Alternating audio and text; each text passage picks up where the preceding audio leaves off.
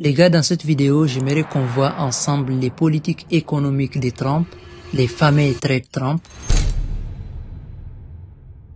J'aimerais qu'on voit en détail de quoi il s'agit et quelles sont les devises qui seront les plus impactées. Parce qu'il faut savoir que durant les mandats de Trump, les marchés bougent énormément parce que Trump, c'est un gars qui n'est pas stable, qui parle tout le temps, c'est un gars qui tweet tout le temps et les marchés réagissent. Donc dans cette vidéo, on va analyser ensemble quel sera l'impact du Trump Trade sur les GBP, sur les dollars canadiens, sur les dollars australiens, sur les dollars américains, sur l'euro, mais également sur les yens japonais. Vous aurez dans cette vidéo tout ce qu'il faut à votre trading durant ces deuxièmes mandats de Trump. Mais avant de commencer, n'hésitez pas à vous abonner, à liker la vidéo, ça fait toujours plaisir et ça m'encourage pour vous faire encore de nouvelles vidéos.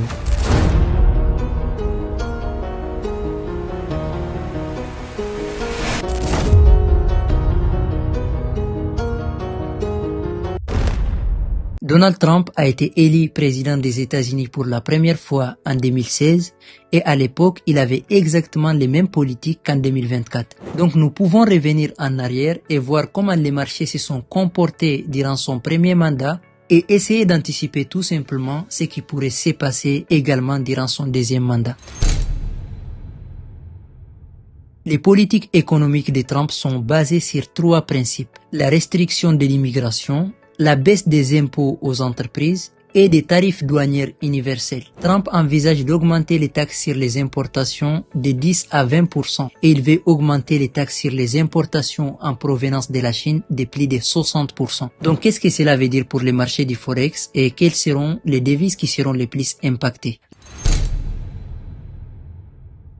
La restriction de l'immigration aura pour conséquence la hausse du coût de la main-d'œuvre. Puisqu'il y aura moins d'entrants sur les marchés du travail, la demande sera supérieure à l'offre et les entreprises seront donc obligées d'augmenter la paye des employés pour les garder. Cela va augmenter la consommation puisque les salaires vont augmenter, les Américains auront plus d'argent, mais cela va également provoquer une hausse de l'inflation. Et la baisse des impôts sur les entreprises aura également des effets similaires puisque les entreprises feront plus de profits. Cela va leur permettre de faire beaucoup plus d'investissements et cela va augmenter la consommation et l'effet sera également pareil, il y aura une hausse de l'inflation. Quant à l'augmentation des tarifs douaniers, les grossistes vont payer des taxes très chères sur les importations de biens et donc les grossistes vont répercuter les prix sur les ménages et cela va provoquer également que certains producteurs américains vont profiter de la situation et vont également augmenter leurs prix, ce qui va augmenter les coûts de la vie, donc ça va être encore inflationniste. Donc vous voyez, les politiques économiques de Trump sont favorables à la croissance mais peuvent causer l'inflation, alors que la Banque centrale des États-Unis en ce moment lutte contre l'inflation.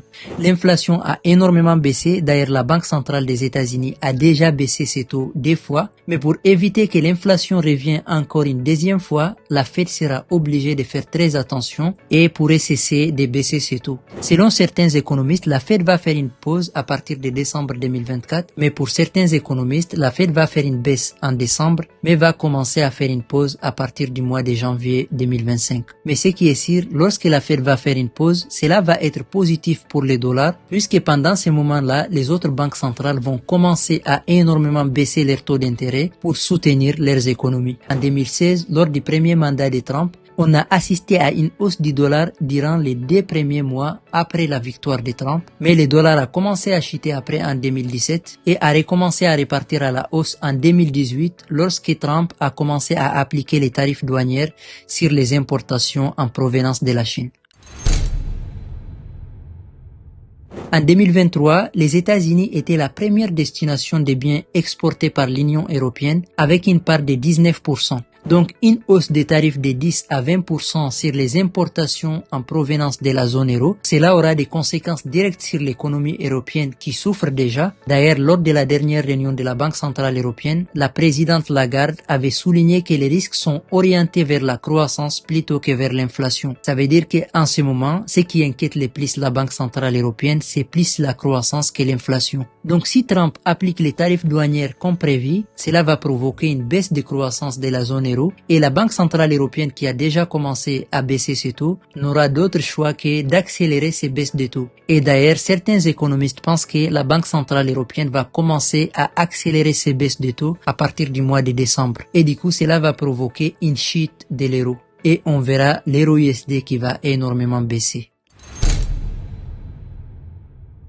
La Chine est le pays qui sera le plus touché par les tarifs douaniers car Trump a prévu des taxes de plus de 60% sur les importations en provenance de la Chine. La Chine est le plus grand exportateur mondial et les exportations de biens représentent plus de 37% de son PIB. Les États-Unis est la première destination des exportations chinoises, donc l'économie chinoise est très dépendante des États-Unis qui est leur premier client. Ce qui veut dire que des hausses des tarifs douaniers auront un effet néfaste sur l'économie chinoise qui connaît déjà un ralentissement depuis la fin du Covid-19.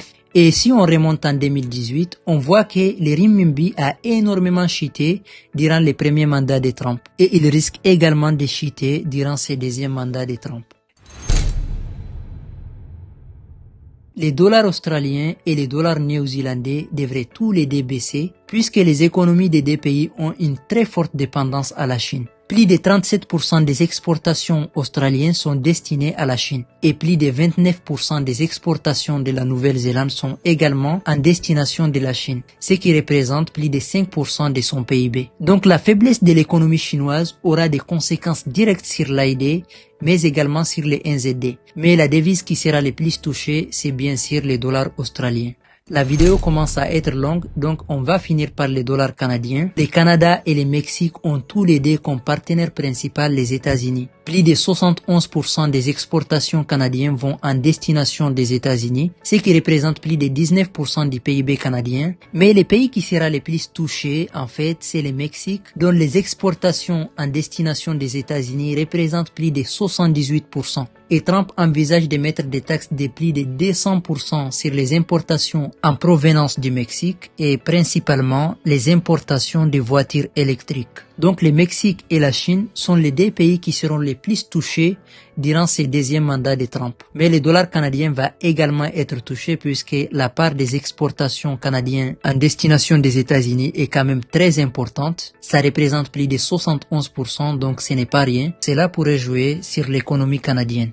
Et quand on regarde en arrière, durant les premiers mandats de Trump, on constate qu'en fait, les GBP, la livre sterling, c'est la devise qui a été moins touchée. Mais les politiques économiques de Trump durant ses deuxièmes mandats sont beaucoup plus agressives que durant son premier mandat. Donc même la livre sterling pourrait être touchée. Bon voilà les gars, on va arrêter la vidéo ici pour ne pas faire une vidéo très longue. J'espère que vous avez aimé la vidéo. N'hésitez pas à me laisser votre avis en commentaire. Et je vous dis à la semaine prochaine pour une nouvelle vidéo.